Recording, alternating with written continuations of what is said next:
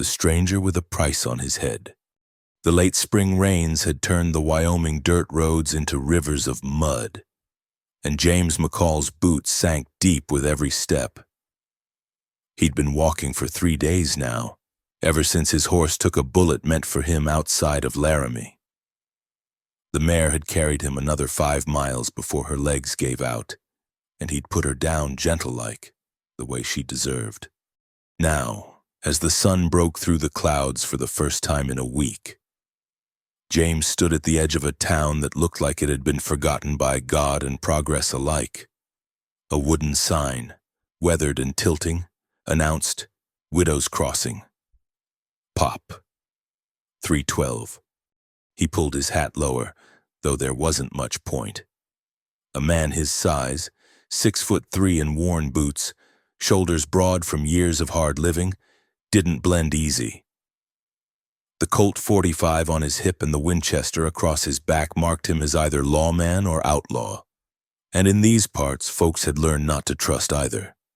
James had been both, depending on who was paying. The main street stretched before him, a collection of false front buildings that tried to look bigger than they were. Murphy's General Store, the Broken Wheel Saloon, a barber shop with a striped pole that had faded to gray. At the far end, a church steeple rose like an accusation against the sky. He needed supplies. More than that, he needed somewhere to lay low. The Hendricks brothers were 2 days behind him, maybe less. They'd want their pound of flesh for what happened in Kansas, never mind that their cousin had drawn first, or that James had given him every chance to walk away. The general store's floorboards groaned under his weight. Behind the counter, a thin man with spectacles looked up from his ledger, and his welcoming smile died quick. "Help you?" The storekeeper's hand drifted toward something under the counter. "Shotgun, most likely. You need provisions, hardtack, salt pork, ammunition if you've got it." James laid $2 silver on the wood, letting them ring clear. Good money, not stolen. The tension eased a fraction. Money had a way of doing that. As the storekeeper gathered his goods, James heard the whispers start. 2 women by the fabric bolts, heads together like pecking hens. An old man on the porch, talking low to anyone who'd listen. By the time James walked out with his supplies, half the town knew a stranger had come calling. He'd made it 3 blocks when a voice called out behind him. "James McCall." He turned slow, hand easy by his side. A man stood in the street, shorter, rounder, with a badge that caught the afternoon light. But it was the face that made James relax. Tom Brennan, looking older and softer than when they'd ridden together for Judge Harper 10 years back. "Tom," James nodded. "Didn't know you'd taken up peacekeeping. Didn't know you were still above ground." Tom's smile was genuine, but worry creased his eyes. "What brings you to my town?" "Passing through." "Like hell." Tom glanced around, then stepped closer. "I heard about Kansas. The Hendricks boys put a bounty on you, $500, dead or alive. It was a fair fight. When has that ever mattered?" Tom rubbed his jaw, thinking. "You can't stay in town. Too many eyes. Too many folks happy to turn bounty hunter for that kind of money. He wasn't planning on it. But you need somewhere to rest up." Tom was quiet for a long moment. "There's a place, outside town, about 3 miles north. Follow the creek until you see a stand of aspens. House sits back from the road." "Whose place?" "Clara Rowan's. Well, she keeps to herself.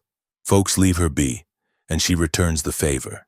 She might take you in for a few days if you're respectful about it." James studied his old friend's face. There was more to this story, but Tom wasn't offering it. Why would she help a stranger? Because she knows what it's like to have the world turn its back. Tom's expression hardened. "You treat her decent. James, she's had enough grief for 2 lifetimes. And if you bring trouble to her door, I won't." Tom held his gaze for a long beat, then nodded. North, 3 miles, stand of aspens. James touched his hat brim and turned away. Behind him, he could feel the weight of watching eyes, the town already spinning stories about the stranger with the dangerous look. Let them talk. He'd be gone before they worked up the courage to do anything about it. The road north was barely more than a deer track, winding through sagebrush and juniper. The creek Tom mentioned ran fast with snowmelt, and James followed its course as the sun dropped toward the mountains. His shoulders ached from the weight of his pack, and the bullet graze on his ribs, a gift from the Hendricks boys' first attempt, had started bleeding again. He almost missed the aspens. They stood like pale sentinels against the darker pines, and through them he caught a glimpse of weathered wood and chimney smoke. The house sat in a clearing, modest but well kept. A vegetable garden showed the first green shoots of spring. Chickens scratched in a pen reinforced with wire. Everything spoke of a person who knew how to survive alone. James stopped at the edge of the property, understanding this was a line that shouldn't be crossed uninvited. He called out, voice carrying clear in the evening air. Hello, the house. I'm looking for Clara Rowan." The front door opened, and a woman stepped onto the porch. She held a Spencer rifle with the easy familiarity of someone who knew how to use it. Dark hair pulled back severe, a gray dress that had seen better days, and eyes that missed nothing. "You found her." Her voice was low, controlled. "State your business." "Tom Brennan sent me. Said you might have a place for a traveler to rest a few days." "Tom Brennan says a lot of things." The rifle didn't waver. "You running from something or toward it?" "From though it's likely to catch up eventual." She studied him for a long moment, taking in the road dust, the weapons, the way he kept his hands visible and still. "You bring trouble to my door, mister, and you'll regret it." "Yes, ma'am." Another pause, then she lowered the rifle, though she kept it close. "There's a lean-to around back, near the woodshed. You can sleep there. I'll bring out blankets and some food. Well, water's fresh. You can draw what you need." "I'm obliged." "Don't be. This isn't charity." Her eyes were winter cold. "I've got fence needs mending and wood needs splitting. You want shelter? You'll earn it. And we've got rules. You don't go into town. You don't tell anyone you're here. And you don't ask questions about me, my business, or my past. Break any of those rules and you're gone." "Understood." "What's your name? Your real one?" "James McCall." Something flickered in her eyes, recognition, maybe, or calculation. Then it was gone. "Mr. McCall, I serve breakfast at dawn. Don't be late." She turned and went back inside, leaving James standing in the gathering dusk. He made his way around the house, finding the lean-to exactly where she'd said. It wasn't much, a 3-sided shelter with a dirt floor, but it was dry and hidden from the road. As he spread his bedroll and checked his weapons, James wondered what kind of woman lived alone 3 miles from a town that clearly wanted nothing to do with her. What kind of woman met armed strangers with steady hands and steadier nerves? What kind of woman Tom Brennan thought might understand a man with a price on his head? The moon rose full and bright, casting silver light through the gaps in the boards. Somewhere in the distance, a coyote called to its pack. James lay back, one hand on his pistol, and let his eyes drift closed.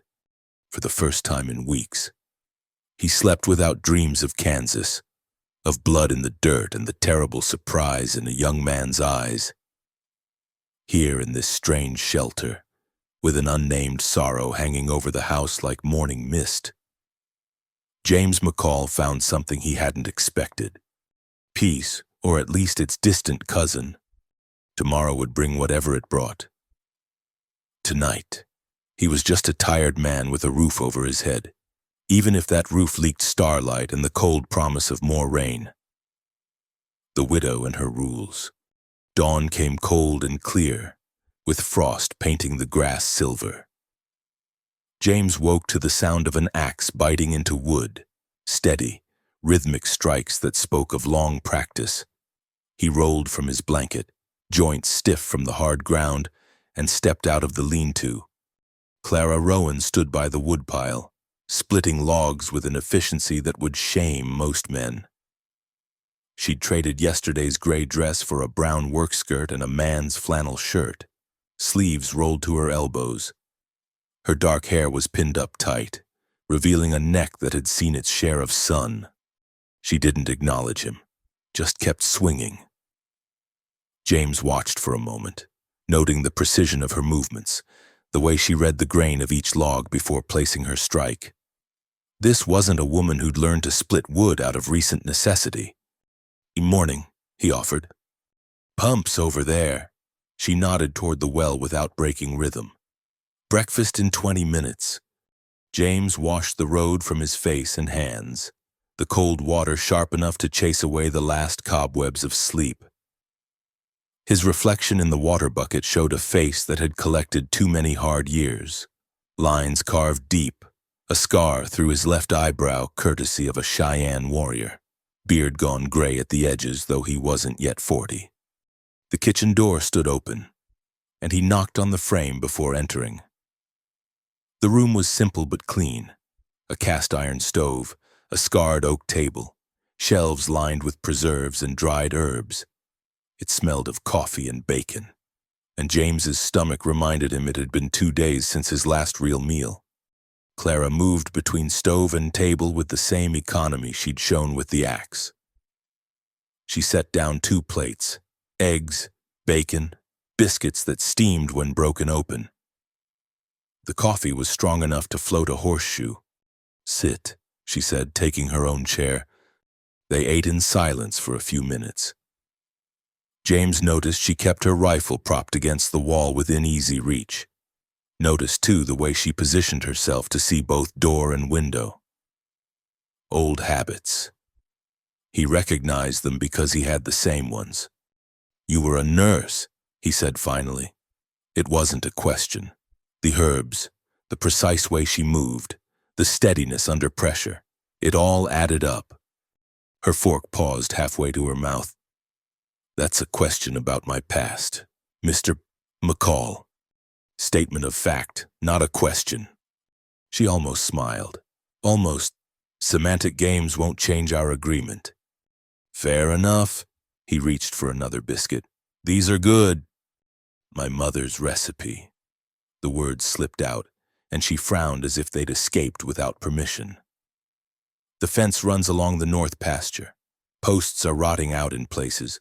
Tools are in the shed." After breakfast, James found the tool shed exactly where she'd indicated. Everything inside was organized with military precision. Hammers hung by size, nails sorted into jars, saw blades cleaned and oiled. He loaded what he needed into a wheelbarrow and headed for the fence line. The damage was worse than she'd indicated. Winter had been hard on the posts, and more than a few had rotted through at ground level. This wasn't a few days' work. This was a week at least. Maybe 2. James wondered if she knew that when she'd made their bargain. He was setting his 3rd post when she appeared, carrying a water bucket and ladle. "You've done this before," she observed, watching him tamp dirt around the base. "The ranch work pays when bounty hunting doesn't." "And when it does?" He straightened, accepting the ladle she offered. "Then I don't do ranch work." She studied him with those winter water eyes. Up close in daylight, he could see she was younger than he'd first thought. Early 30s, maybe, though something in her face suggested years that had counted double. "Tom said you were one of Judge Harper's men." "It was a long time ago. The judge was hanged for taking bribes. They say his men scattered to the wind after that." "They say a lot of things?" "Yes," she agreed quietly, "then they do." She left the water bucket and returned to the house. James watched her go, noting the straight spine, the way she never quite turned her back on him completely. Whatever had driven Clara Rowan to this isolated life, it had taught her the same lessons the frontier taught everyone who survived it. Trust was a luxury, and carelessness was death. The sun climbed higher, warming his back as he worked. His ribs protested when he lifted the heavier posts, reminding him of the bullet's kiss. But he'd worked through worse. Physical labor had a way of quieting the mind, and James had thoughts that needed quieting. Around midday, she brought lunch, cold beef, bread, early carrots from her garden.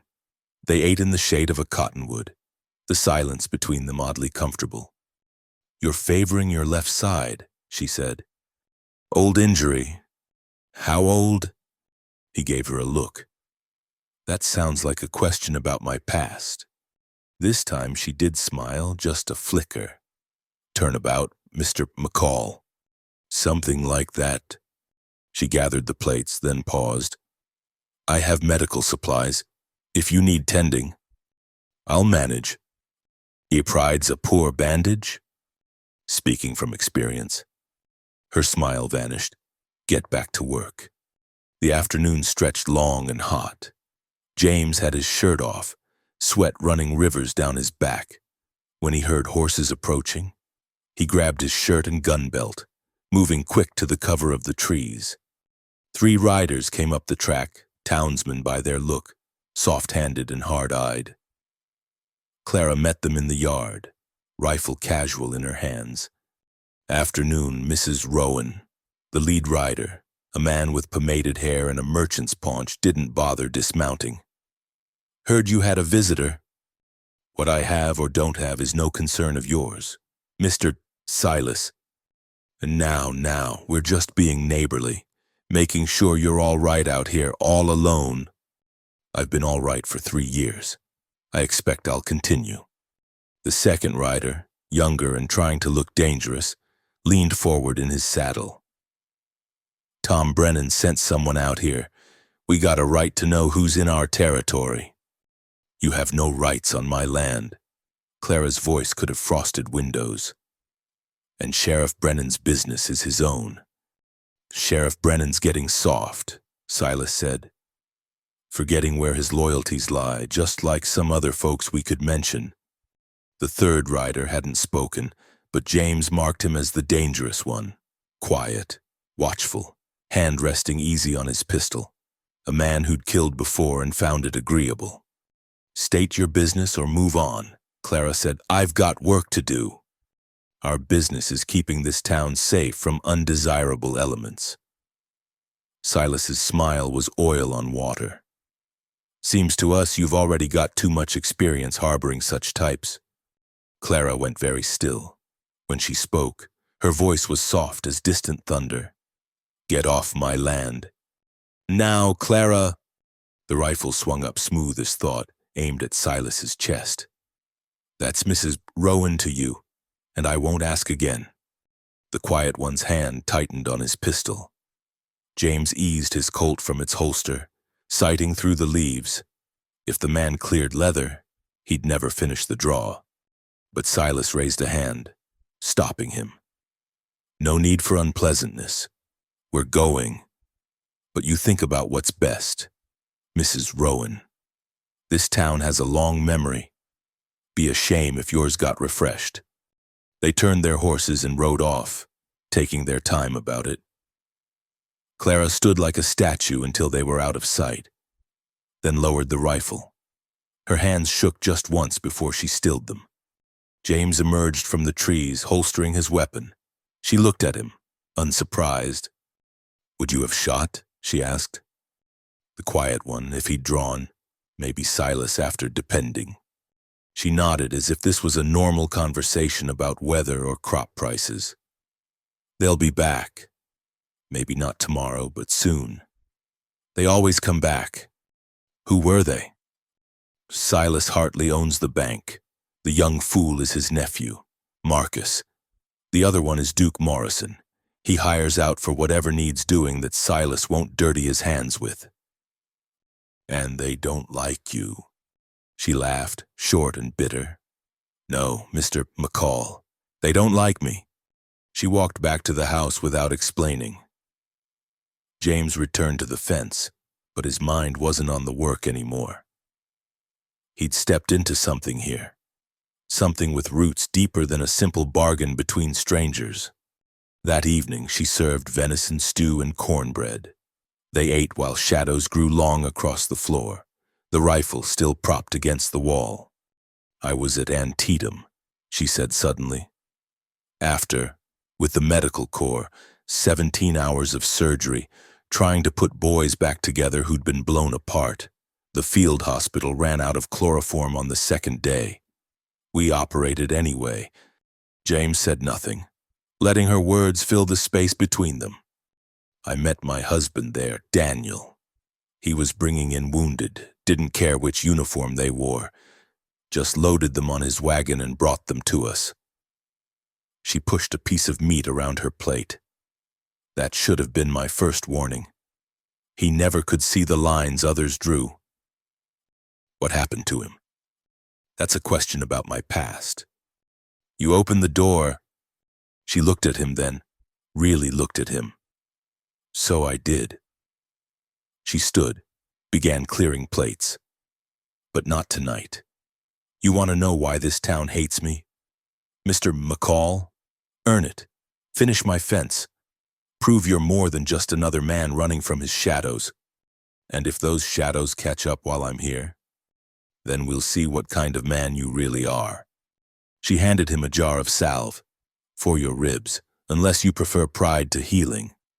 He took the jar, their fingers brushing in the exchange. Her hands were calloused but gentle, marked by work and weather and the kind of knowledge that came from touching death and choosing life anyway. "Thank you." "Don't thank me yet. Tomorrow we start on the chicken coop.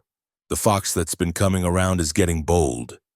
James headed for his lean-to, jar of salve in hand, thinking about women who faced down 3 armed men without flinching, about towns with long memories and sins that wouldn't stay buried, about the way Clara Rowan's hands had trembled just once before she locked them down with iron will.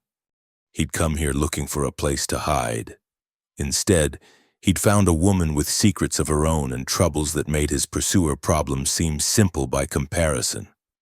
The smart play was to leave at first light, get back on the trail before the Hendricks boys picked up his scent. But James McCall had stopped making smart plays the day he'd looked into a dying boy's eyes and seen his own soul reflected back empty. He opened the salve, wincing as he applied it to his ribs. Tomorrow there would be a chicken coop to rebuild and maybe more visitors who didn't like Clara Rowan. Tomorrow he'd have to decide whether to run or stand. Tonight. He listened to the coyotes singing in the darkness and thought about women who operated for 17 hours without chloroform, trying to piece broken boys back together. Some kinds of strength, he was learning, had nothing to do with guns. 2 solitudes under one roof. The days found their rhythm like water finding its level. James rose before dawn, washed at the pump, and met Clara in the kitchen where coffee waited black and bitter.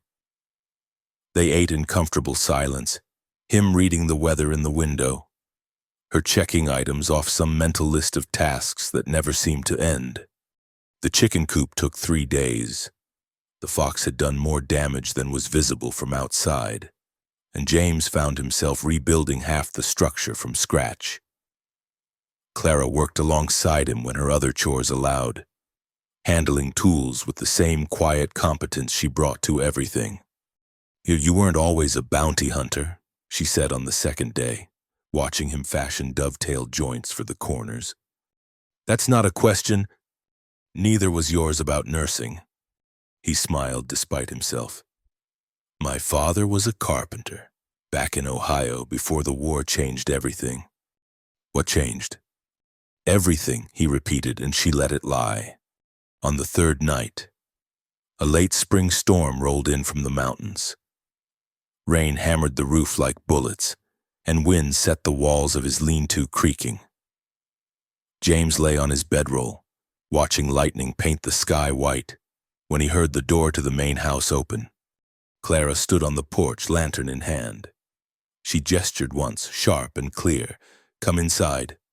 He grabbed his bedroll and rifle, sprinting through the downpour.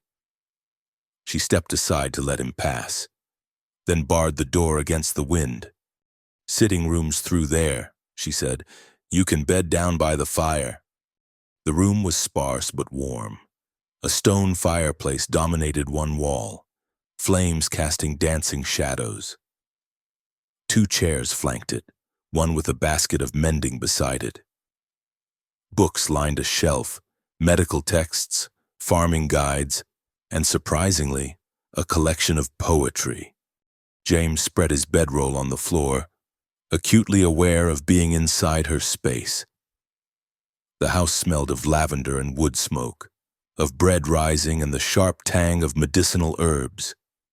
It smelled like a home, something he'd almost forgotten existed. Clara returned with blankets and a pillow. No sense freezing for pride's sake. Grateful.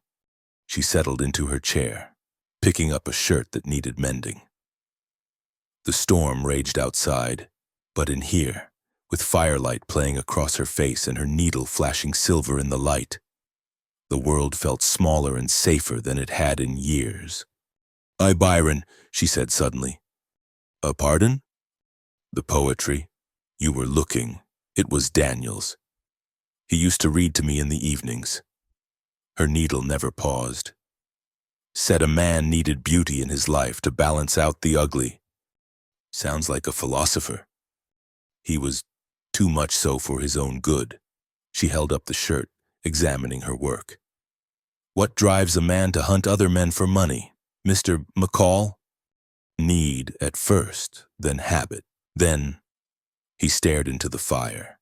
"Then it's just what you are." "Until it isn't?" "Until it isn't," he agreed. They sat quietly while the storm spent its fury. Clara finished the shirt and started on a torn apron. James watched the fire burn down, adding logs when needed. The domesticity of it sat strange on his shoulders, like wearing another man's coat. "I had a son," she said to the mending in her lap.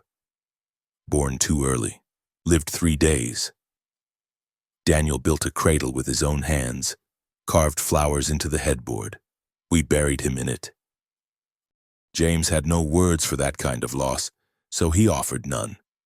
"After that, I couldn't face another battlefield hospital.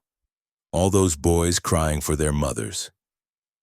So we came west. Daniel heard about opportunities in Wyoming, said we could start fresh." She laughed, soft and bitter. "Fresh starts are just old problems in new clothes." The storm was passing, thunder growing distant. Clara put aside her mending and stood. "You can stay inside tonight, just tonight." She paused at the doorway. "And Mr. McCall, that salve works better if you actually use it." After she'd gone upstairs. James sat by the dying fire and thought about cradles carved with flowers, about men who read poetry to balance the ugly, about women who carried their grief like stones in their pockets. Morning came clear and cold, the storm having washed the world clean. James woke to find Clara already in the kitchen, kneading bread dough with violent efficiency. "There's been talk in town," she said without preamble. "Tom sent word. Those men looking for you. They're asking questions." "The Hendricks brothers?" "2 men," Tom said, "one tall, one short. Both look like they'd kill you for your boots if they needed them." "That was them, all right. I should go." "Should you?" She shaped the dough into loaves with practiced hands. "Running's just another kind of prison, Mr. McCall." "Speaking from experience." She looked at him then, flour dusting her hands like snow. "Every day for 3 years. They worked in silence that morning, James replacing boards in the barn, Clara tending her garden. But he noticed she kept the rifle closer than usual. Noticed, too, how her eyes tracked to the road whenever a bird startled from the brush. After lunch, he found her in the root cellar, organizing preserves. The small space smelled of earth and vinegar, of summers captured in glass jars. "My husband was executed," she said to the shelves, "hanged as a deserter and a traitor." James stopped breathing. He'd been investigating Colonel Morrison, Duke Morrison's older brother, missing supplies, dead soldiers who weren't dead, pay vouchers for men who never existed. Daniel reported it up the chain of command. She turned a jar in her hands, watching light play through the glass. Morrison had friends. Daniel didn't. They arrested him for desertion, said he'd been selling information to Confederate spies. The trial took 3 days. The hanging took 3 minutes. Clara, I have the evidence, letters, ledgers, signed confessions from 2 men who've since disappeared. Everything needed to prove Daniel was murdered for trying to do right. She set the jar down with infinite care. But Colonel Morrison is a senator now. His brother Duke makes sure anyone who might talk stays quiet. And I'm just a traitor's widow who doesn't know her place. The pieces fell together. The town's hostility, the 3-year isolation, the way she'd faced down those riders. She wasn't just hiding from grief. She was hiding evidence that could destroy powerful men. Why haven't you sent it to federal authorities? I've tried. Letters go missing and marshals get redirected. One investigator actually made it here. They found him in the creek, drowned in 2 feet of water. She climbed the cellar stairs and he followed. So I wait, and I survive. And I tell myself that someday the right moment will come. Waiting's just another kind of running. Then we're well matched, aren't we? That evening, Tom Brennan rode out as the sun touched the mountains. He dismounted slow, like a man carrying bad news. "They're coming," he told James. "Tomorrow, maybe the day after." And I tried to misdirect them, but they're not stupid. They know you're in the area. "I'll leave tonight." "On foot? With that rifle?" Tom shook his head. "You won't make 10 miles before they run you down." Better than bringing trouble here." "Trouble's already here," Clara said from the porch. "Has been for 3 years." Tom looked between them, understanding dawning. "Clara, what are you thinking?" "I'm thinking Mr. McCall knows what it's like to have wolves on his heels. I'm thinking Duke Morrison would love an excuse to finally run me off this land. And I'm thinking sometimes the only way out is through." "These aren't town bullies," James warned. "The Hendricks boys have killed plenty. They won't hesitate because you're a woman. Neither did the Confederate sharpshooters at Antietam." She turned to Tom. "You still have that bag I gave you? The oilcloth one?" "Hidden in my desk. But Clara, if something happens to me, you send it to Judge Willoughby in Cheyenne. He's the only honest man left in the territory." "Nothing's going to happen," James said, "and I'll lead them away. Draw them north into the mountains." "With what horse? What supplies?" Clara shook her head. "No. We make our stand here, both of us, against all of them." Tom left after dark, promising to delay any information about James as long as possible. Clara and James sat by the fire, cleaning weapons and not talking about tomorrow. "I've got a Springfield in the barn," she said. "Ammunition, too. Daniel taught me to shoot, said a woman alone needs to be twice as dangerous as any man.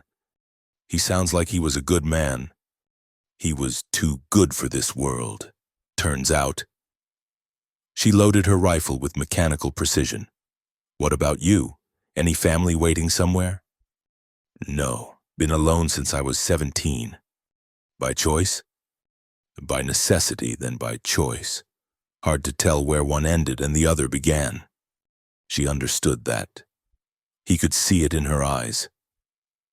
They were 2 people who'd learned to carry their isolation like armor, who'd forgotten what it felt like to trust another person with their weight. "I dream about them sometimes," she said quietly. "The boys we couldn't save. They call out for water, for their mothers, for God. I wake up and I can still smell the blood. I dream about the ones I did save. James admitted, the bounties I brought in alive. Wonder how many were innocent. Wonder if it mattered. It mattered to them. They did it, dead or in prison, their lives were over either way. Clara set down her rifle and looked at him full on. You're not a bad man. James McCall. You don't know what I've done. I know you've spent 3 days mending my fence and rebuilding my chicken coop. I know you were ready to shoot Duke Morrison to protect a woman you just met. I know you're sitting here cleaning guns instead of running, even though running would be the smart play. Maybe I'm just tired of running. Maybe, she stood, stretching. Or maybe you finally found something worth standing still for. She went upstairs, leaving him with those words and the dying fire. James sat for a long time, thinking about stands worth making and women who carried secrets like weapons. Outside, an owl called across the darkness, and somewhere in the distance, coyotes sang their ancient song. Tomorrow would bring what it would bring. But tonight, for the first time in longer than he could remember, James McCall wasn't alone with his ghosts. Across the ceiling above, floorboards creaked as Clara moved about her room, preparing for a war she'd been fighting for 3 years. He loaded his Colt and checked the action on his Winchester. Then he banked the fire and spread his bedroll, positioning himself where he could see both windows and the door. Some fights you chose, others chose you. But sometimes, if you were very lucky or very foolish, you found someone to stand beside when the wolves finally came calling. James closed his eyes and didn't dream at all. The men who come at night, they came with the new moon, when darkness lay thick as wool across the valley. James heard them first, horses moving slow and careful up the creek trail, the occasional clink of metal on metal that city men never learned to prevent. He touched Clara's shoulder where she dozed in the chair beside him. She came awake instantly, alert as a cat. How many? She whispered. 3 horses, maybe 4. They'd prepared for this. Windows barricaded, water barrels filled, ammunition laid out neat as surgery tools.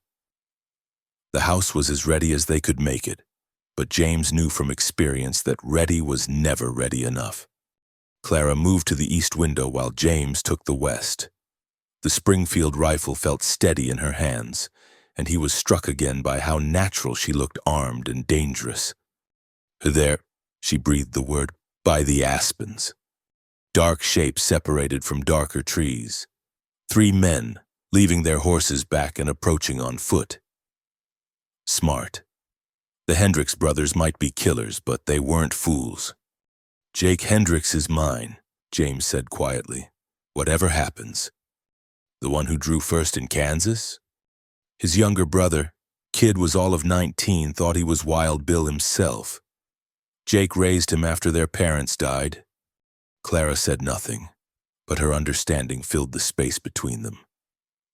Some debts could only be paid in blood, and some grief only led to more grief. The figures spread out, 2 moving to flank the house while one approached the front. James recognized Jake's walk, that rolling gait of a man who'd spent more time in the saddle than on foot. Mr. McCall, Jake's voice carried clear in the still air. James McCall, I know you're in there. James stayed silent. Let them wonder, let them doubt. Come on out. McCall, this doesn't concern the woman, on just you and me, settling what needs settling. Like you settled with Tom Brennan? Clara called out, surprising James. Found him beat half to death on the road this evening. That's your idea of fair? A pause. James hadn't known about Tom, felt anger kindle in his chest. Sheriff got in the way, Jake answered. His own fault. This is between me and McCall. Then why bring friends? Clara's voice was steady as her rifle. 3 against 1 doesn't sound like you're looking for a fair fight. Ain't nothing fair about my brother being dead. The other 2 men were in position now, one at each corner of the house. James moved silent as smoke to the back door, easing it open. The night air hit cold and sharp. "I'll come out," he called through the front window, "but only to you, Jake. Send your boys back to the horses. So you can gun me down like you did Sam? Your brother drew first. You know it. I know it. Hell, half of Kansas knows it. Don't matter who drew first, only matters who's left standing." Glass shattered in the kitchen. James spun as one of Jake's men dove through the window, gun already clearing leather. The Colt bucked in James's hand, and the man stumbled back, clutching his shoulder. All hell broke loose. Gunfire erupted from 3 directions. Clara's Springfield boomed, and someone screamed out in the darkness. James dragged the wounded man clear of the broken glass, kicked his gun away. "It's Clara." "I'm fine, watch the front." Jake was coming, using the water barrels for cover. His remaining man fired from the east, keeping James pinned while Jake advanced. Smart tactics, but they'd made one mistake. They'd assumed Clara would panic, would be useless in a fight. The Springfield spoke again, and the eastern gunfire stopped abrupt. "Damn you, McCall!" Jake roared. "Hiding behind a woman's skirts." "Nobody's hiding," Clara said and fired again, splinters exploding from the barrel Jake crouched behind. James used the distraction to move, slipping out the back door and circling wide. His moccasins made no sound on the packed earth. 20 years of hunting men had taught him patience, taught him that fights were won by who stayed calm when blood ran hot. Jake rose up to fire at Clara's window. James shot him twice, center mass. The night went quiet except for Jake's labored breathing. James approached, careful gun trained on the fallen man. Jake lay on his back, blood spreading dark across his shirt. "Should have let it go," James said. "He was my brother," Jake coughed, specks of red on his lips. "Just a kid." "I know." Jake's eyes found his in the darkness. "You got people?" "No." "Then you don't know." His hand moved, not for his gun but to his chest pocket. "Letter for my wife. See she gets it?" James took the envelope, already spotted with blood. "I will." Jake nodded once, then stopped breathing. Inside, Clara had the wounded man tied to a kitchen chair, working on his shoulder with steady hands. The third man lay unmoving by the east window. "Just a graze," she told James. "He'll live." The wounded man, barely older than Sam Hendricks had been, stared at them with wide, scared eyes. "What's your name?" James asked. Pete Lawson." "Well, Pete, you got 2 choices. Ride out of here come morning and keep riding. Or we take you to town and you explain to the sheriff how you came to be shot breaking into this house." "I'll ride. I swear I'll ride." Clara finished bandaging his shoulder. "You tell people what happened here. You tell them James McCall killed Jake Hendricks in a fair fight, defending this house and the people in it." Pete nodded so hard James thought his head might come off. "They dragged the bodies to the barn, covered them decent.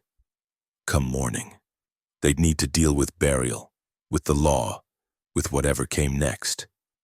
But for now, they sat at Clara's kitchen table while she stitched the graze on James's arm he hadn't even felt happen.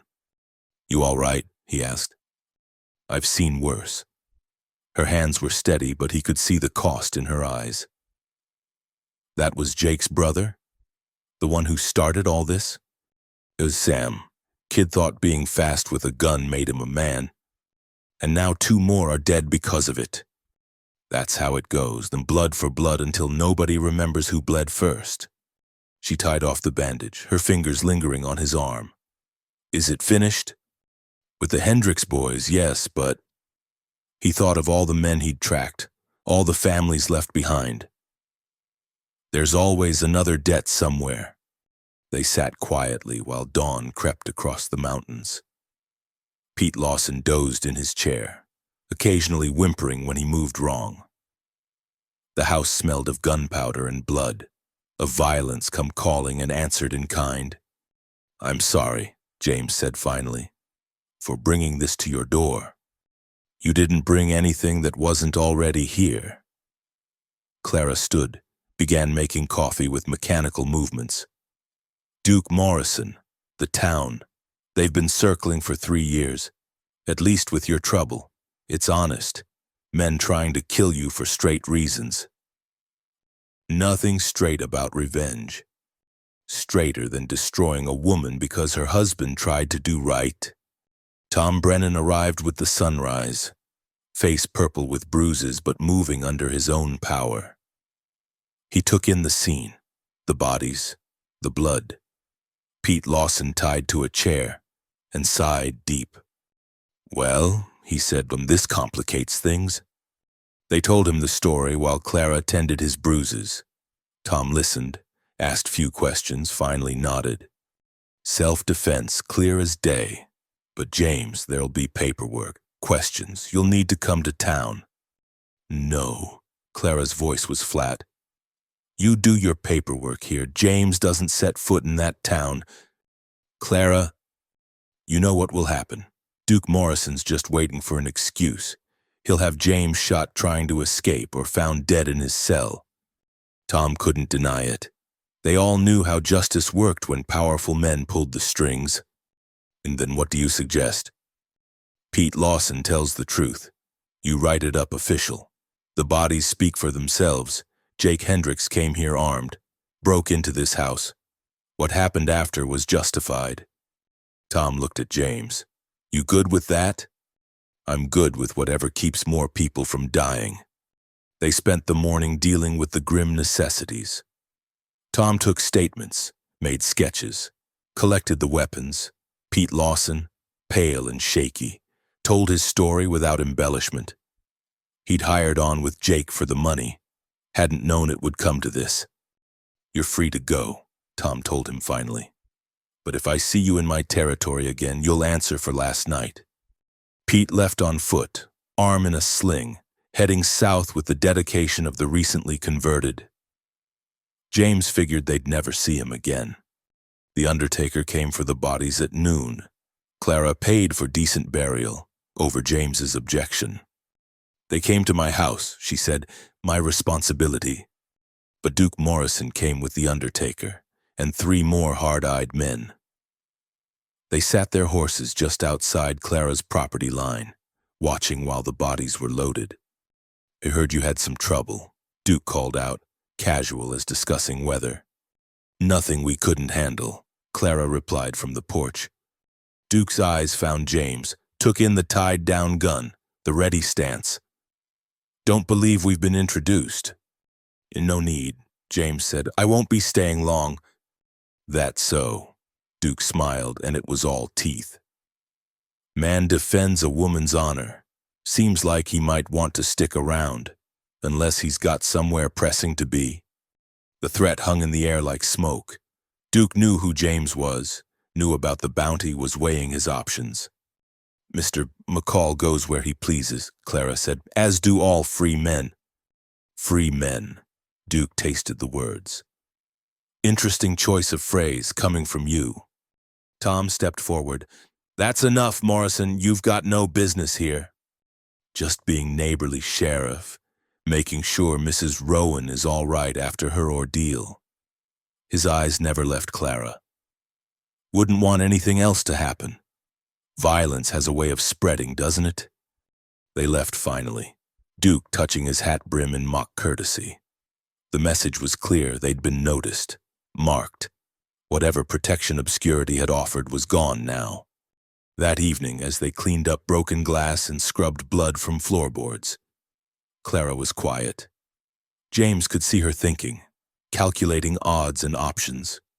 "You should go," she said finally. "Tonight, take one of Jake's horses, and leave you to face Morrison alone. I've been facing him for 3 years. Not like this, not with blood on your floor and the whole town watching." She wrung out the cloth, water running pink.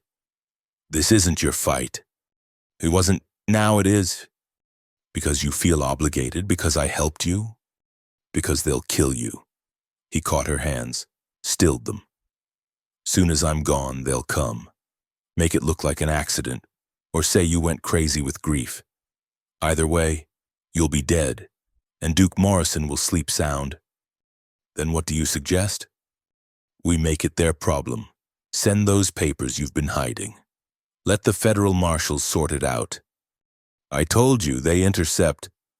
Not if we're smart about it. Not if we send copies to 5 different places, have Tom send some, maybe get others involved. Make it too big to bury. Clara pulled her hands free, but gently. And if they come for us before help arrives, then we stand together, like last night. She looked at him long and steady. You're not who I expected, James McCall. Neither are you, Clara Rowan. Outside, coyotes called in the darkness, and the wind carried the promise of more violence to come.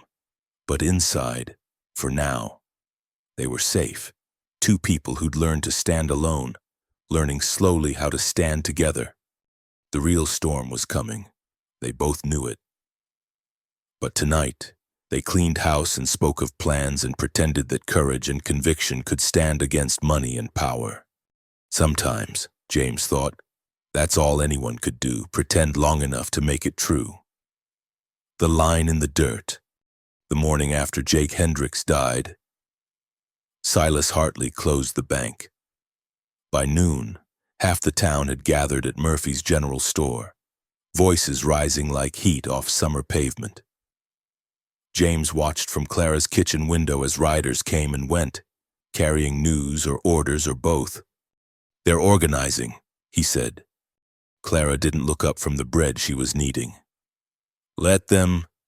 Takes time to work up courage, even in a mob. But James had seen this before, the way fear and anger fermented into something poisonous. He'd been on both sides of it, hunting men the law couldn't touch and being hunted when the law became inconvenient. Tom Brennan rode out at sunset, face grim under his hat brim. They're coming tonight, he said without dismounting. 20 men, maybe more. Silas has them convinced you're harboring a killer, that you've brought violence to their peaceful town. Peaceful, Clara laughed, bitter as alkali water. They were peaceful when they hanged Daniel, too. I'll be there, Tom said. Try to talk sense, but James, they know about the bounty now. Someone telegraphed Kansas, got confirmation. $500 is a lot of money to men with mortgages and families. Then I'll make it easy for them. James checked his Colt, slid extra cartridges into his pockets. I'll meet them on the road. No reason for this to happen on Clara's land. No. Clara's voice cut sharp. You run now. They'll chase you down like a dog, and then they'll come for me anyway. Say I was hiding evidence. Say I helped you escape. She was right. James had seen it before, how blood in the water brought out the sharks, how one act of violence gave permission for more. Then what? Clara wiped flour from her hands, deliberate as a card sharp showing his cards. We give them a choice, the truth about what they've been protecting, or the blood they'll have to spill to keep hiding it. She went to her bedroom, returned with a leather satchel. Inside, papers wrapped in oilcloth, ledgers, letters, sworn statements, 3 years of evidence, waiting for its moment. Tom, she said, you've seen what's in here. You know what it means. The sheriff nodded slowly. I know Duke Morrison's brother stole enough to buy half this territory. I know good men died to cover it up. And you know they murdered Daniel for trying to expose it. I know it. Can't prove it in court, but I know it. Clara turned to James. You asked why I stay. This is why. Someone has to remember. Someone has to make sure the truth doesn't die with the witnesses. They had 2 hours, maybe 3. James set about preparing the ground while Clara organized her papers. He'd learned from an old Apache scout that battles were won before the first shot. in choosing where to stand, in knowing every rock and tree, in making the enemy come to you on your terms. The front yard was too open, the house too vulnerable. But the old cottonwood near the well commanded clear fields of fire, and the woodshed provided cover for retreat if needed. James positioned water buckets and ammunition, checked sight lines and distances. Clara watched him work with those steady eyes. You've done this before. Different reasons, same principle, and make them think twice about the cost. And if they don't think twice, then we make them think 3 times. The sun died behind the mountains, painting the sky the color of fresh blood. They waited on the porch, weapons close but not displayed. Clara had changed into a dark dress, hair pinned severe. She looked like what she was, a woman who'd seen too much to be frightened by men playing at courage. They heard them before they saw them, horses and voices, torches painting the darkness orange. The mob stopped at the property line, milling like cattle scenting storm. James counted 18 men, most carrying rifles or shotguns.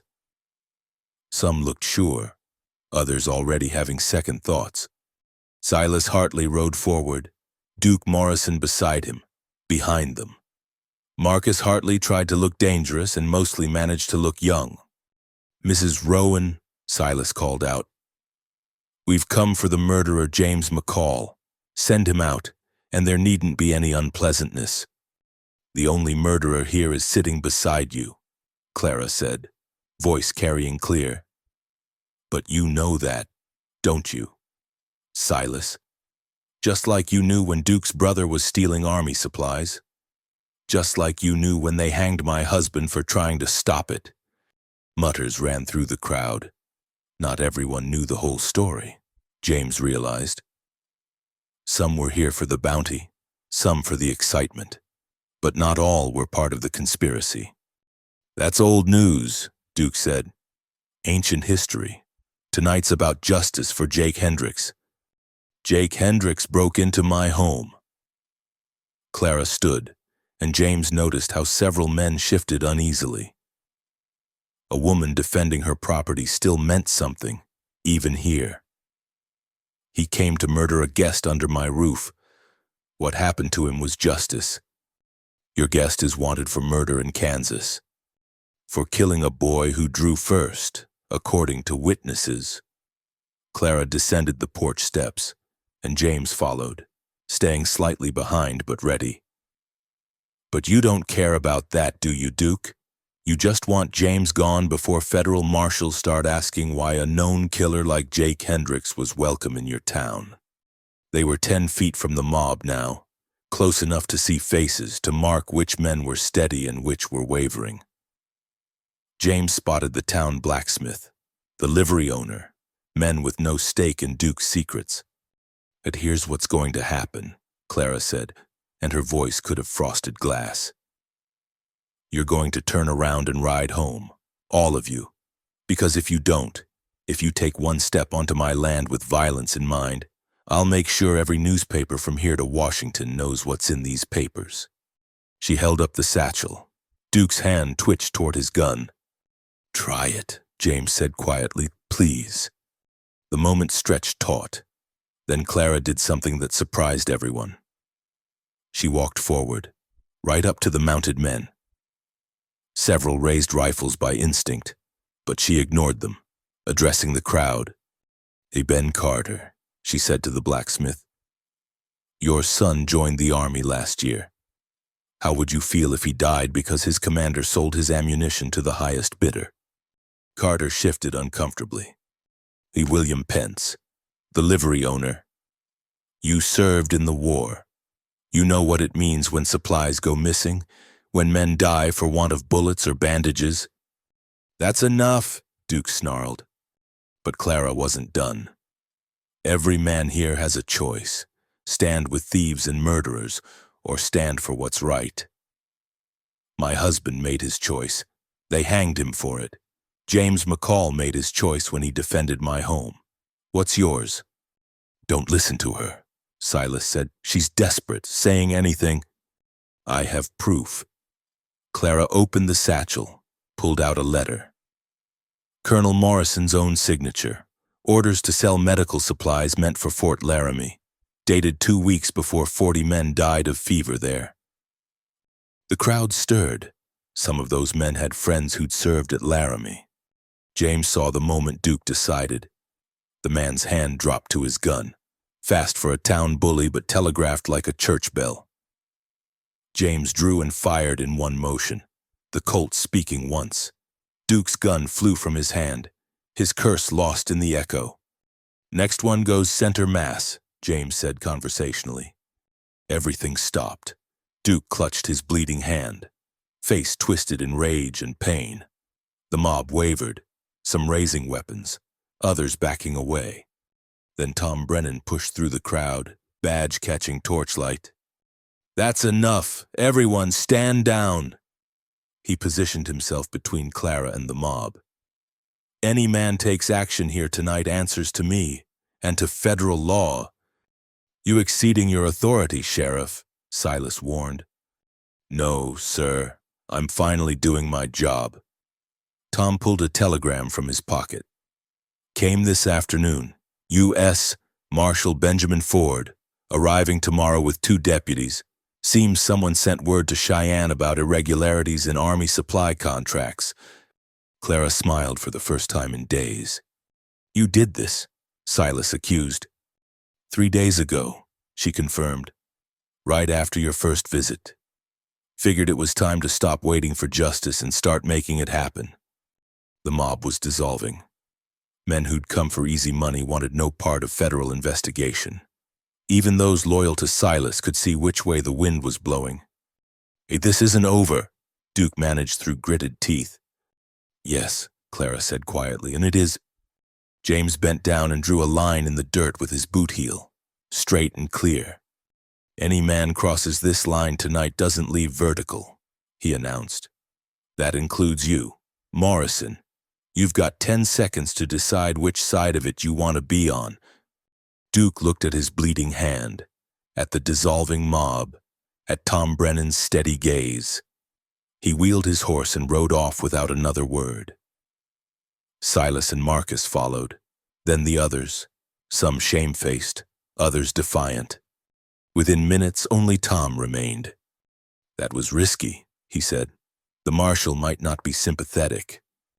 "He'll be sympathetic to evidence," Clara replied, "and to the truth." Tom nodded slowly. "I'll post a man here tonight, just in case anyone gets ideas. James, you'll need to talk to the marshal, but I'll make sure he understands how things really happened." After Tom left, Clara and James stood in the yard, watching torchlights disappear toward town. The night was quiet again, peaceful even, as if violence had never threatened. "You sent the evidence before the Hendricks boys came." James said, "You used me." "I did." No apology in her voice. "I needed someone to stand with me when it counted. Someone who understood violence, who wouldn't run when things got hard. And if I had run, then I'd have faced them alone, like I've been ready to do for 3 years." James considered being angry but found he couldn't manage it. She'd played the hand she was dealt, same as anyone trying to survive. "The marshal might still arrest me," he pointed out. "The bounty's legal, even if Jake's claim wasn't." "Maybe. Or maybe he'll be too busy investigating 3 years of army theft to worry about one bounty hunter who killed in self-defense." She turned toward the house, then paused. "Are you coming?" "Where?" "Inside. It's cold, and I suspect neither of us will sleep much tonight." They sat by the fire again, but it felt different now. The threat had passed, or at least transformed into something that could be faced in daylight, with law and paper instead of guns. "What will you do?" James asked. "After the marshal comes, after the truth comes out?" "I don't know. I've been the traitor's widow so long, I'm not sure who else to be." "You could leave, start fresh somewhere." "You could." She stared into the flames. "But this is my home. I buried my son here, my dreams. Maybe it's time to plant something new in that ground. And if they don't let you, if the town can't forget, then I'll teach them to remember differently." She looked at him. "What about you? The bounty's still real. There might be others." "Always are." James stretched his legs toward the fire. "But I'm tired of running, tired of hunting. Maybe it's time I tried standing still. Here, I got a fence to finish. Chicken coop could use more work. And someone needs to watch your back until the marshal sorts things out."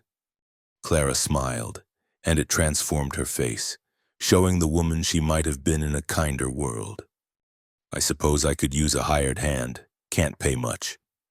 It room and board's enough, for now." They sat quietly while the fire burned low. Outside, an owl called, and the wind carried the scent of rain coming. The future stretched uncertain before them, full of marshals and trials and the slow work of building something from ashes. But tonight, they'd drawn a line and held it, together. Sometimes James thought that was all anyone could do, draw their lines and hold them, one choice at a time, until the world either broke them or broke around them. He suspected Clara Rowan was too stubborn to break. He was beginning to suspect the same might be true of himself. The secrets they bury. Marshal Benjamin Ford arrived with the morning sun, 2 deputies flanking him like bookends. He was not what James expected, thin as a fence post, with scholarly spectacles and hands that looked more suited to holding books than guns. But his eyes were sharp as broken glass, taking in everything and giving nothing back. They sat at Clara's kitchen table while she served coffee and answered questions with the same precision she'd once used to stitch wounds. The marshal's deputies had been sent to town to secure evidence and witnesses. Ford himself seemed more interested in the papers spread before him than in the man with a price on his head sitting across from him. "These are serious allegations, Mrs. Rowan," Ford said finally, adjusting his spectacles. "Colonel Morrison has friends in high places. His friends didn't die at Fort Laramie for want of medical supplies." Clara replied.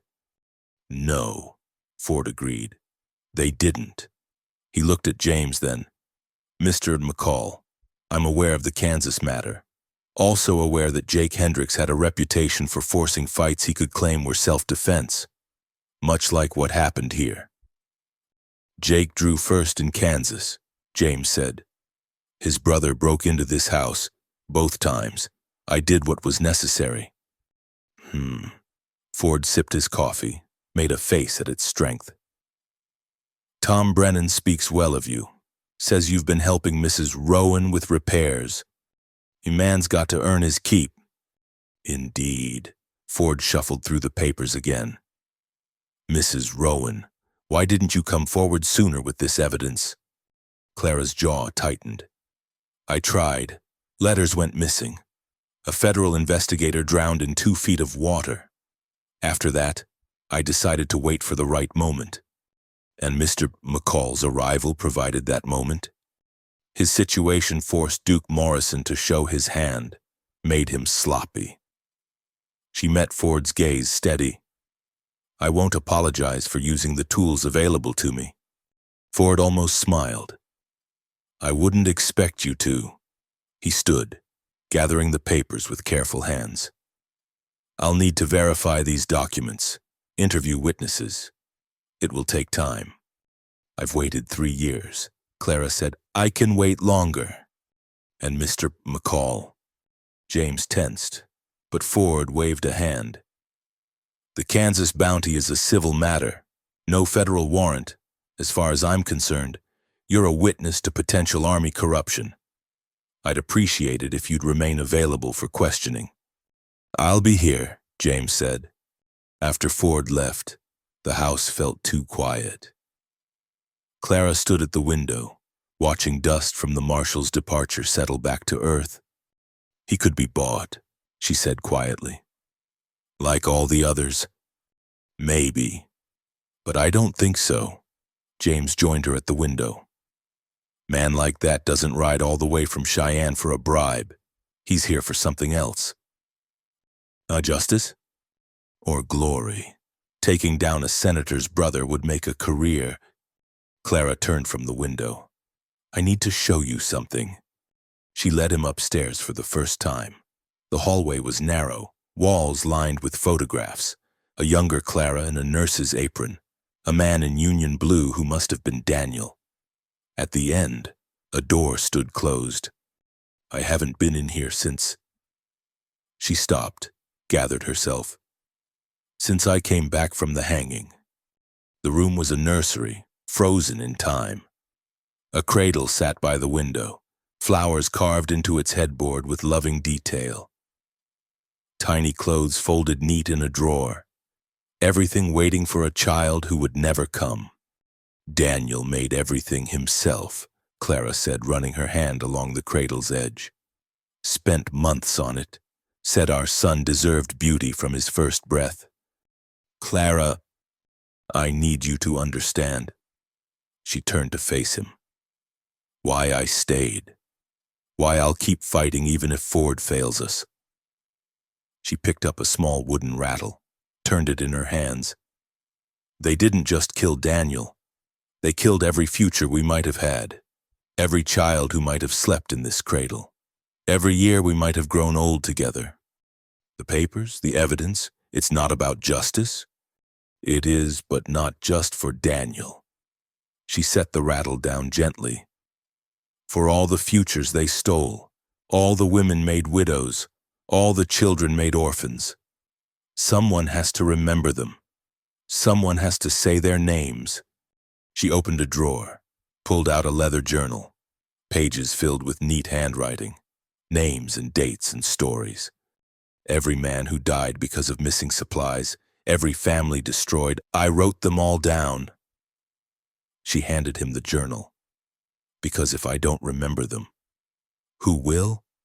James opened it at random, read, Private William Thorpe, age 19.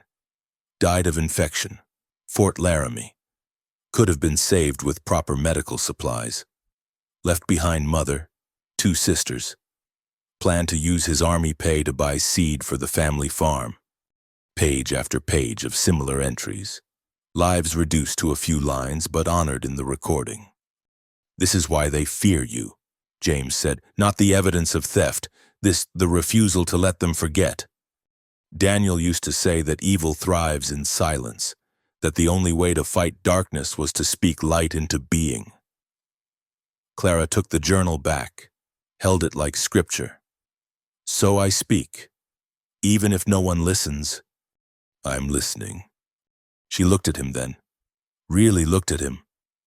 Why? You could have left after Ford came. The immediate dangers passed.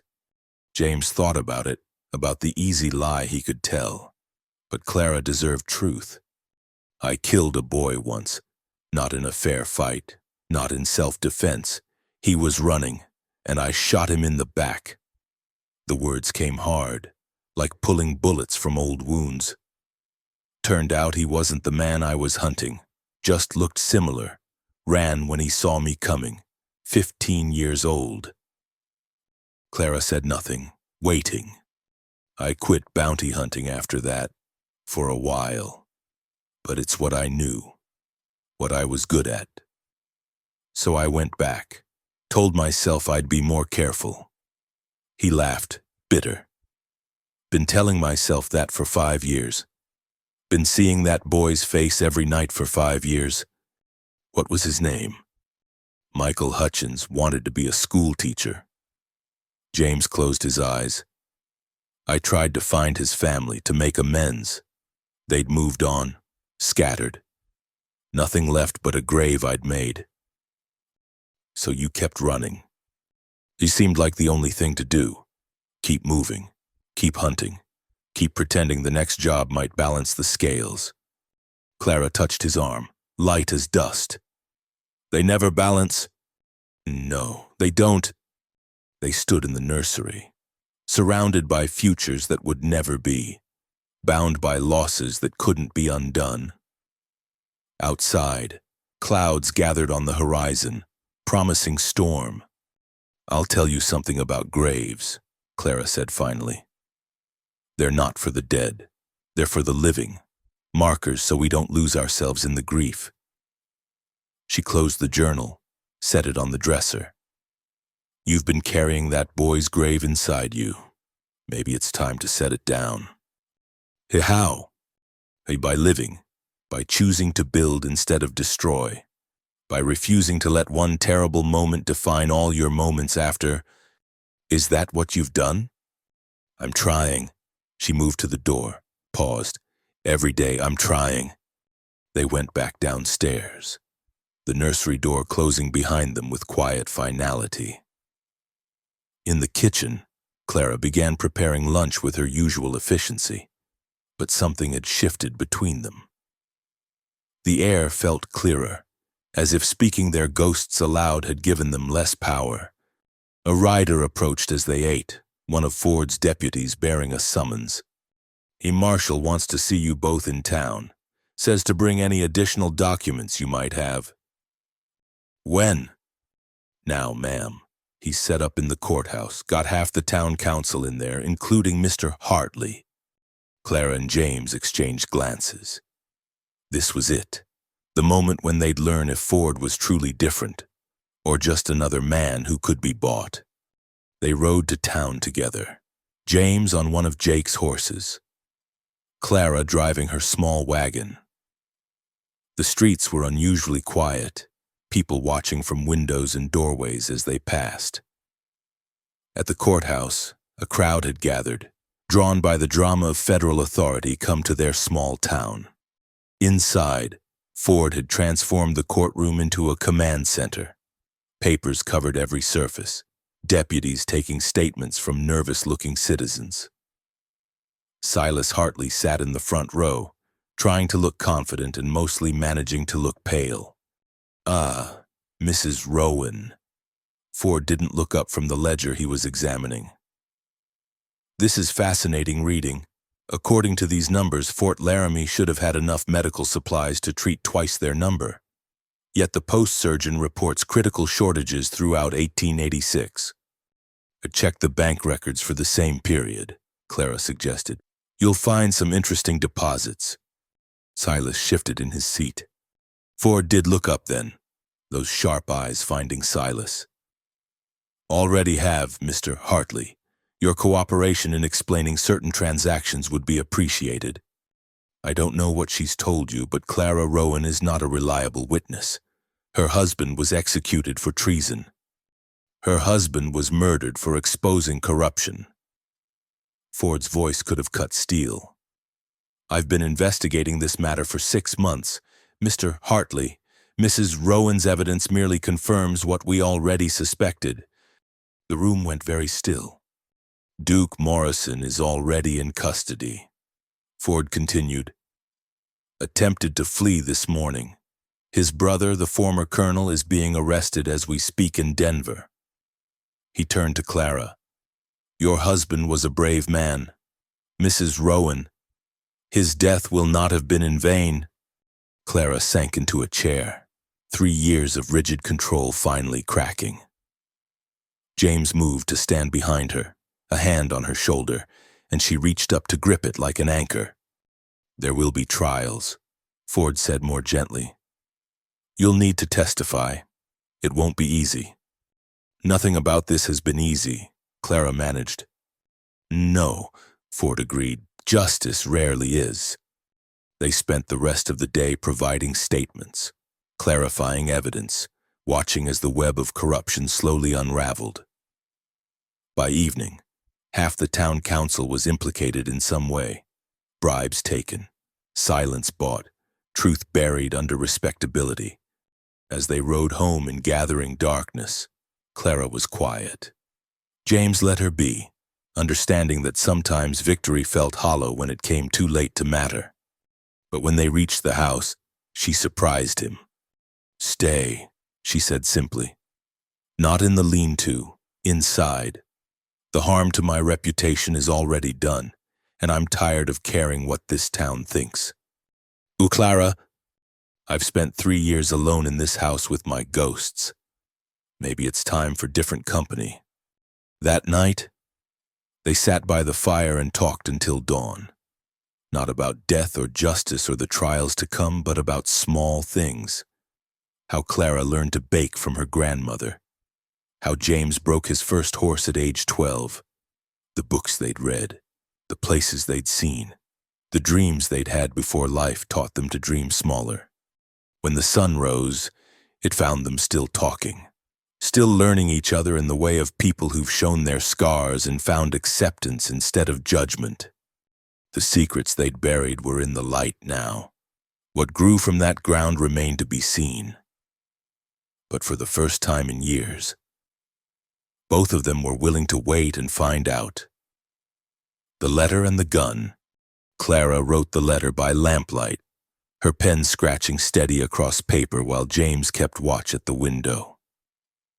3 days had passed since Marshall Ford's revelations shook Widow's Crossing to its foundations, and the town simmered like a pot about to boil over. Judge Willoughby, Federal Circuit Court, Cheyenne. She spoke aloud as she wrote, "Sir, I enclose herein additional evidence regarding the conspiracy to defraud the United States Army and the wrongful execution of my husband, Daniel Rowan." "Rider coming," James said quietly, "moving fast." Clara didn't pause in her writing. They'd grown used to interruptions, deputies seeking clarification, townspeople wanting to share what they knew now that speaking truth wouldn't get them killed. But this rider came with the desperate speed of bad news. Tom Brennan burst through the door without knocking, face flushed and hat askew. "They're coming back," he gasped. Pete Lawson found him on the road to Denver. Before he died, he said Jake Hendricks had a brother and an older one goes by the name Cemetery Bill.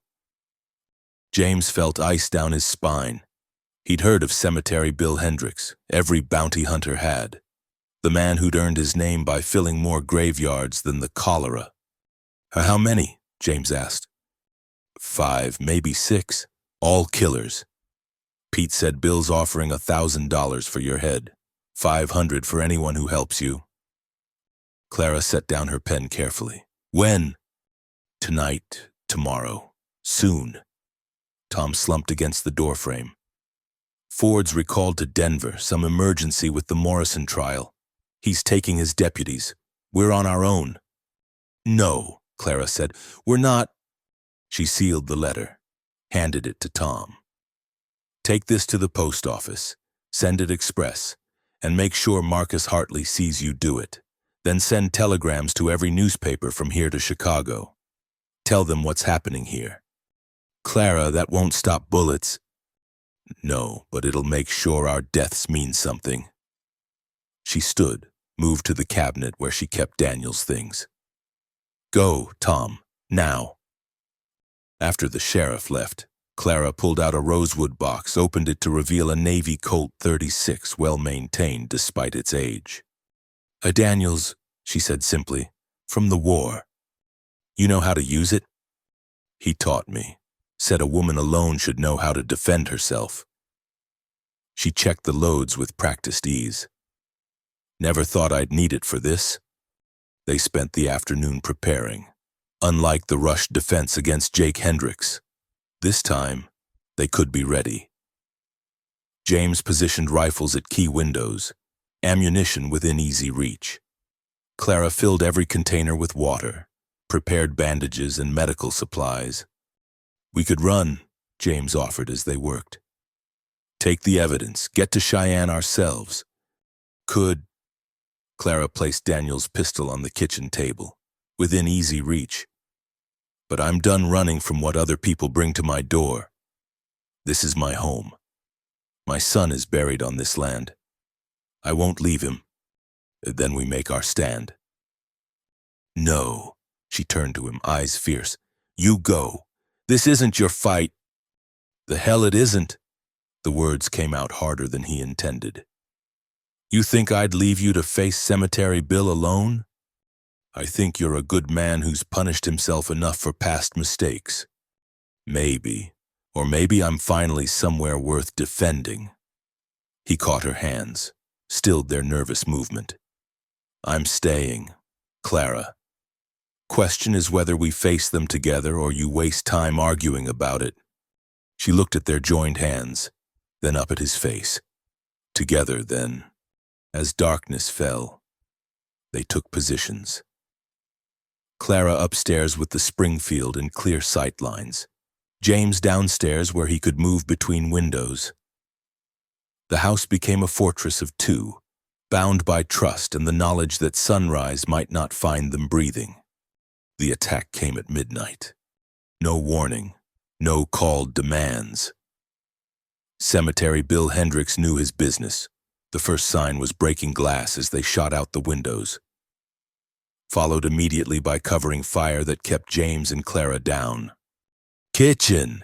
Clara's voice carried from upstairs, followed by the boom of the Springfield. James rolled to the kitchen window in time to see two men rushing the back door. His Winchester spoke twice, and both men stumbled back into darkness. But more were coming. He could hear them on the roof, testing boards. A scream from upstairs sent ice through his veins. James took the stairs 3 at a time, found Clara wrestling with a man who'd come through the bedroom window. Without thinking, James put a bullet through the attacker's shoulder, spinning him away from Clara. You hit? James demanded. Snow, look out! He spun as another figure filled the doorway. Cemetery Bill himself, tall and skeletal, with dead eyes and a face like badly cured leather.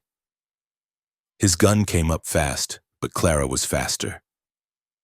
Daniel's Navy Colt barked once, and Bill's shot went wide, splinters exploding from the doorframe.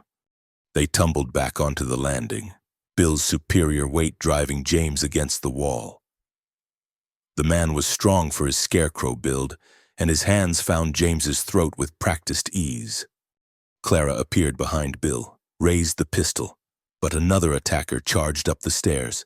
She turned, fired, missed. The man's rifle swung toward her. James got his knee up, drove it into Bill's stomach. The grip on his throat loosened enough for him to slam his forehead into Bill's nose. Blood sprayed, and Bill reeled back. The rifleman on the stairs fired. Clara cried out, clutched her side, and stumbled. Rage gave James strength. He threw Bill down the stairs, drew his Colt, and put 2 bullets center mass into the rifleman. Clara! She was on her knees, blood seeping between her finger, but her eyes were clear, focused. Behind you! James dropped, rolled, came up firing.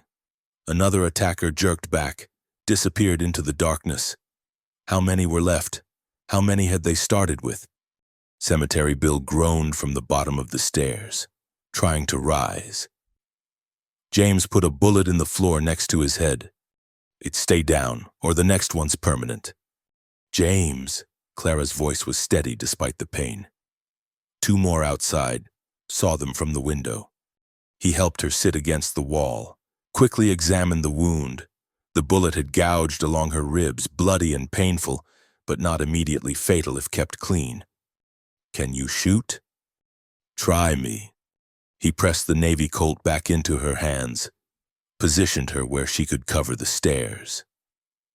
Then he did what they wouldn't expect, went on the offensive. Out the bedroom window, onto the roof. The 2 remaining attackers were creeping toward the front door. James dropped behind them, silent as death. Looking for someone? They spun, but a career of hunting men had taught James to read every tell. He fired before they could complete their turns, 1 bullet each, clean and final. Inside, he found Clara had dragged herself to the top of the stairs, gun trained on Cemetery Bill. He tried to crawl away, she said conversationally. I discouraged him. Bill's leg bled from a fresh wound. He glared up at them with undimmed hatred. I should have brought more men, James told him. Should have stayed out of family business, Bill spat back. Your brother drew first, both times. This is the bed you made. I'll see you in hell. Probably, but not today. They tied Bill with rope from the barn, Clara directing while James did the work. Her wound needed tending, but she refused to lower the gun until Bill was secure. Finally, with dawn graying the sky, James cleaned and bandaged her wound. The bullet had furrowed along her ribs, cracking at least one, but missing anything vital. She bore the pain with the same steadiness she brought to everything. "We need Tom," James said. "You need a real doctor." "In a minute," she leaned against him, suddenly exhausted. Just need a minute." They sat on the floor, backs against the wall, while the sun rose on a house that looked like a battlefield. Bodies in the yard, blood on the floors, the smell of gunpowder heavy in the air. "Think it's over?" Clara asked. "This part. There'll be trials now. Cemetery Bill's worth a hefty bounty himself. Marshal Ford will want him breathing." "And after?" James thought about it. "After we clean up, fix the windows, finish that fence, live. That simple? That complicated?" He touched her face gently. "But worth trying." Tom Brennan arrived with the doctor and 3 deputies as the sun fully cleared the mountains. They took in the scene. Cemetery Bill cursing steadily through his gag, bodies scattered like dropped cards. Clara and James looking like they'd been through hell and come out the other side. "Christ almighty," Tom breathed. "How many?" "6, James said. "Bill there makes 7 if you count the living." The doctor went to Clara immediately, tisking over her wound but confirming James's assessment. Painful but not mortal, though she'd need careful watching for infection. "The letter?" Clara asked Tom. "Sent. Telegrams too. By now, half the territory knows what happened here." He shook his head. "You two have stirred up a hornet's nest." "Ooh, good," Clara said fiercely. "Let them buzz. Let everyone know what happens when corruption meets conscience." They took Cemetery Bill away in chains, him swearing vengeance with every breath. The bodies were loaded onto a wagon bound for Boot Hill. The doctor wanted Clara to come to town, to rest in a proper bed, but she refused. "This is my home," she said. "I'll heal here or not at all." So James stayed with her, playing nurse as she'd once done at Antietam. He cleaned her wound twice daily, forced her to rest when she tried to do too much too soon. They talked through the long hours, sharing stories and silences with equal comfort. On the 3rd day, Marshal Ford returned with a full complement of federal officers. He took statements, examined evidence, shook his head at the violence that had visited this small house. "Cemetery Bill's already talking," he told them. "Trying to cut a deal, says Duke Morrison hired him, promised $5,000 for your deaths." "Duke's still in custody?" Clara asked. "And likely to stay there. Between your evidence and Bill's testimony, he'll hang for sure." Ford adjusted his spectacles. "You've done a great service, Mrs. Rowan. Your husband would be proud. My husband would be alive if men like you had listened 3 years ago," Clara said quietly. "But thank you for listening now."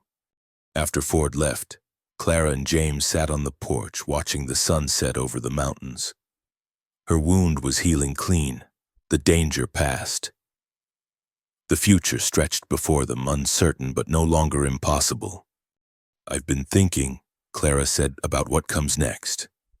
And this house has seen too much blood, too much sorrow." She took his hand, held it firm. "Maybe it's time to build something new, not to forget the past, but to stop living in it." "What did you have in mind?" "There's good land to the south, clean water, shelter from the wind, and we could build there, start fresh." "We?" She looked at him then, all her walls down. "If you're willing. If you think a broken-down bounty hunter and a stubborn widow might make something work." James thought about the road that had brought him here, the blood and the running, the boy who'd wanted to be a teacher, the graves that marked his passage. Then he thought about Clara's steady hands and fierce heart, about the way she'd faced down Cemetery Bill without flinching. "I think," he said slowly, "that broken people might be the only ones who know how to build things that last." She smiled then, and it was like sunrise after the longest night. "Then we build?" "Then we build." The stars came out one by one, ancient lights that had seen all of human sorrow and human hope. In the morning, there would be glass to sweep and blood to scrub, wounds to tend and plans to make. But tonight, they sat together on the porch of a house that had sheltered them through storm and siege, and dared to imagine a future neither had believed possible. Sometimes the only way forward was through, and sometimes, if you were very lucky, you found someone to walk through with, a name shared, a town changed. The letter from the Federal Circuit Court arrived on a Tuesday morning in late summer, carried by a special courier who looked too young for such important work. Clara's hands trembled slightly as she broke the seal, though James pretended not to notice. "In the matter of Daniel Rowan, formerly First Lieutenant, United States Army." She read aloud. "After thorough review of evidence submitted and testimony given, wrongfully convicted. Posthumous pardon granted. Full restoration of honor and benefits due his widow." She set the letter down carefully, as if it might shatter. "It's done," she said quietly. 3 years, 4 months, and 16 days. But it's done. James poured coffee, giving her time. They'd learned each other's rhythms over the past month, when to speak, when to let silence do the work. Her wound had healed clean, leaving only a thin scar along her ribs to mark Cemetery Bill's visit. Other scars, the ones that didn't show, were taking longer. "There's more," Clara said, picking up a second envelope. "From the Wyoming Medical Board." This one she read silently, her expression shifting from surprise to something that might have been hope.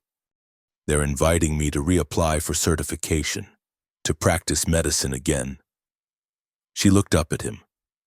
"They say my service during the war speaks to my character, regardless of subsequent events. Will you?" "I don't know. It's been so long." She touched the letter like it might disappear. "But maybe. Yes, maybe." That afternoon, Tom Brennan brought unexpected news. Duke Morrison had been found dead in his cell, hanged with his own belt. The official verdict was suicide, though Tom's expression suggested doubts. "His brother's friends," Tom said quietly, "making sure he couldn't testify against them. But with Cemetery Bill's testimony and your evidence, it doesn't matter. The conspiracy's unraveling all the way to Washington." "And the town?" Clara asked. Tom's smile was grim. "That's why I'm here. Town council's meeting tonight. They want to make amends." "Amends?" Clara tasted the word like medicine. "For 3 years of persecution? For spitting when I walked past? For burning my chicken coop? I know it's not enough, but Silas Hartley's gone. Fled in the night when the federal auditors came for the bank records. His nephew Marcus is trying to make things right. Others too." Tom turned his hat in his hands. "They're scared, Clara. Scared of federal intervention. Scared of what the newspapers are saying. But maybe scared enough to actually change." That evening, James and Clara rode into Widow's Crossing together. The streets were quiet, but curtains twitched at their passing. At the town hall, a crowd had gathered, not the mob of weeks before, but citizens looking uncertain and shamefaced. Marcus Hartley stood at the podium, so young James wondered how he'd ever look dangerous. His uncle's pomposity was gone, replaced by nervous sincerity. "Mrs. Rowan," Marcus began, voice cracking slightly. On behalf of the town council and citizens of Widows Crossing, we want to apologize." Murmurs rippled through the crowd. Clara sat straight-backed, giving nothing away. "We were wrong," Marcus continued, "about your husband, about you. We let fear and lies guide us when we should have sought truth." He swallowed hard. "We can't undo the past, but we can try to do better going forward." An older woman James recognized as the minister's wife stood up. "I brought eggs to your house last week," she said to Clara. "First time in 3 years. Should have done it sooner. Should have done a lot of things sooner." Others spoke then. Small confessions, smaller gestures. The baker who'd refused Clara service offering free bread for a year. The blacksmith volunteering to repair everything damaged in the attacks. Not everyone. Some sat silent and stony, but enough to matter. When they finished, Clara stood. The room held its breath. "My husband believed in redemption," she said, voice carrying clear. "He believed people could choose to be better than their worst moments." She looked around the room, meeting eyes that had avoided hers for years. "I'm willing to see if he was right." The relief in the room was palpable, but Clara wasn't finished. "However," she continued, "words are just air without action. You want forgiveness? Earn it. This town benefited from corruption for years. Time to pay that debt." "What do you propose?" Marcus asked. "A fund for the families of soldiers who died because of missing supplies. For the widows and orphans Duke Morrison's greed created." Clara's voice gained strength. "And a clinic. Free medical care for those who can't afford it. I'll run it, if the medical board approves my certification." "The bank's assets are frozen," someone called out. "Where would the money come from?" "From us," Clara said simply. "From everyone who looked the other way, who profited from corruption or stayed silent from fear. Time to put our money toward healing instead of hiding." The vote wasn't unanimous, but it was enough. As they left the hall, James noticed something different in how people looked at Clara. Not just guilt or fear, but something that might grow into respect. "Think they mean it?" James asked as they rode home. "Some do, others are just scared." Clara shrugged. "But sometimes good actions from bad motives can still create good results." Over the following weeks, change came slowly to Widows Crossing. The fund Marcus established grew steadily, fed by guilty consciences and genuine repentance alike. The old barbershop was converted into a clinic, James doing much of the work himself. Clara passed her medical recertification with ease, her years of isolation having been filled with study as much as grief. The first time she put on her medical apron again, James saw her hands shake just once before she stilled them. "Like riding a horse," she murmured. "If horses could break your heart." Her first patient was Tom Brennan's deputy, come for treatment of an old wound that wouldn't heal proper. Word spread, and soon she was treating injuries and ailments that folks had suffered with rather than seek help elsewhere. James found his own place in the changing town. His reputation as the man who'd faced down Cemetery Bill earned wary respect, but it was his skill with carpentry that made him valuable. He repaired homes, built furniture, crafted toys for children who'd been taught to fear him. "You're good at this," Clara told him one evening, admiring a rocking chair he'd just finished. "Better than you were at hunting men." "My father taught me that creation was harder than destruction," James replied. "Took me 20 years to understand what he meant." They were married on a crisp October morning in the small church where Daniel Rowan's funeral had been held. Clara wore her mother's dress, altered to fit. James wore his one good suit, bought special from Murphy's store. Tom Brennan stood as witness, along with the minister's wife who'd brought eggs. The church was fuller than either expected, Curiosity, perhaps, or the town's way of sealing its apology. Clara had wanted to keep her name, to honor Daniel's memory to them, but the night before she'd changed her mind. "I'll always be Daniel's widow," she told James. "That shaped who I became. But I'm ready to be something more too." So she signed the register as Clara McCall, writing the name with careful deliberation. Their wedding night was quiet, spent in the new house they'd built on the southern parcel. 4 rooms instead of 3, windows facing the sunrise, and no ghosts in the walls. They'd buried her son's memory box beneath a young oak in the yard, marking the spot with a small stone carved with flowers. "Do you miss it?" Clara asked as they sat by their own fire. "The hunting? The road?" "Sometimes," James admitted. "Old habits die hard. You?" "I miss the certainty," she said. "When it was just me and my grief and my cause. Life was simpler when I had only one thing to live for. And now?" She smiled, that transformation that still caught him by surprise. "Now I have to learn to live for living's sake.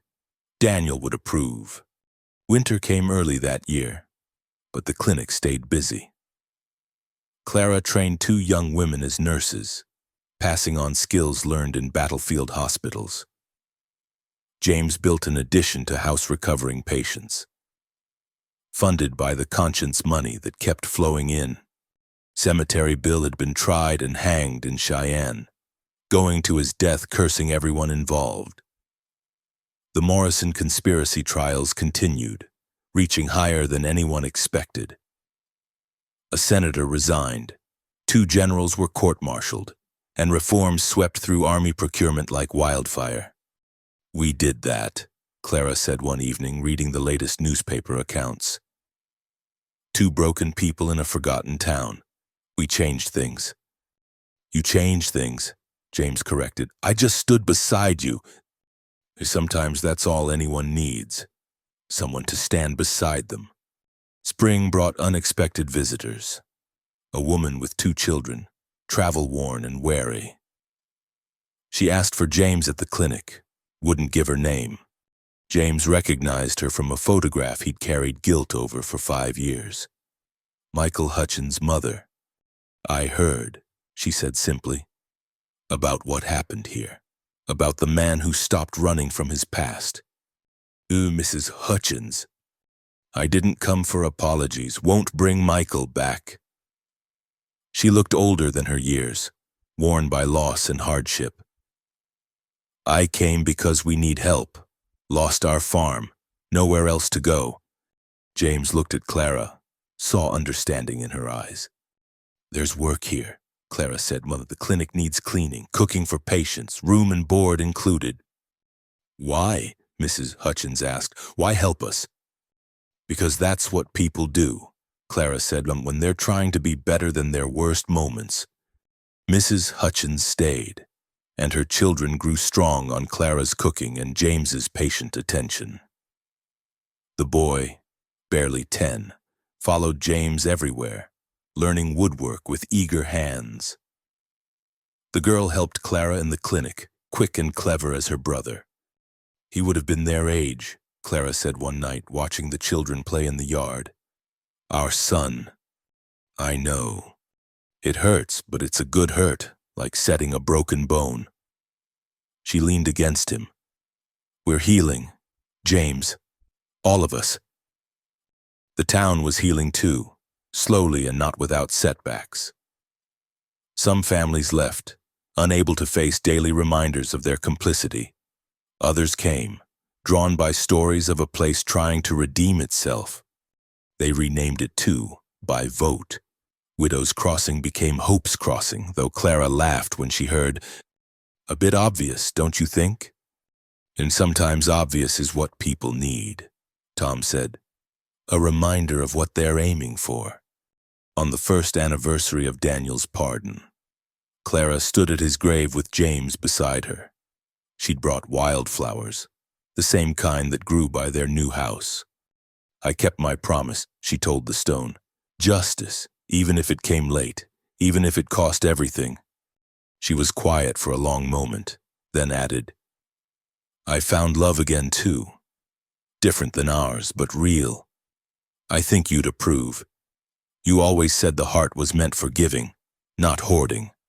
As they walked back through town, people nodded, some even smiled. At the clinic, patients waited. At home, the Hutchins children had left flowers on the table. No more running, James said, looking at the life they'd built. No more hiding, Clara agreed. They went inside together, to the sound of children laughing and the smell of bread baking. Outside, the sun set over Hope's Crossing, painting the sky in shades of gold and promise. In the journal where Clara had once recorded only the dead, she now wrote, Clara McCall, formerly Rowan, husband James, carpenter and protector, 2 children of the heart if not blood, a town learning grace, a life unexpected but not unwelcome, the past buried deep enough to nourish new growth, the future unknown, but no longer feared. She closed the journal and set it aside. There would be more to write, more stories to record. But tonight, she had bread to bake and children to tend and a husband who'd learned that sometimes the only way to outdistance your shadows was to stop running and let the light in. Sometimes that was enough. Sometimes it was everything.